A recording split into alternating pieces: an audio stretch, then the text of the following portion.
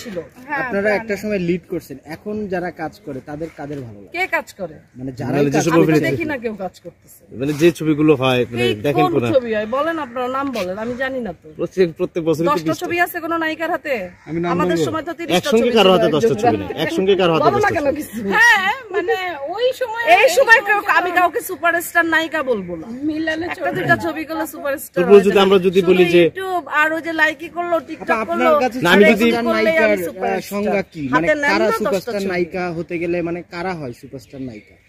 কাদের বলবেন? যাদেরকে হুমড়ি খেয়ে, যাদেরকে রাত্রে স্বপ্ন দেখে, সকালবেলা বই খাতা ফেলে, স্কুল ফেলে, বাবা মার মানে পিটানি ওভারলুক করে যখন কেউ মুভি দেখতে যাবে, সেই নায়িকাটাকে আমি সুপারস্টার বলবো।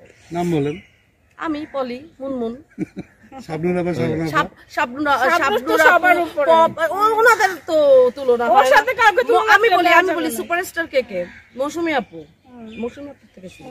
মৌসুমী আপু, শাবনূর, পূর্ণিমা, পপি, পলি, ময়ূরী, মুনমুন, রত্না, কেয়া, এদের নামটা মানুষের কিন্তু জানে কিন্তু এরা একটা নায়িকা। এখন ধরেন যে এই যে আমরা মাহি, এখন দেখি যে কত নায়িকাই আছে, এখন মাহি আছে, পরিমণি আছে, হ্যাঁ এরা তো আমাদের জুনিয়র।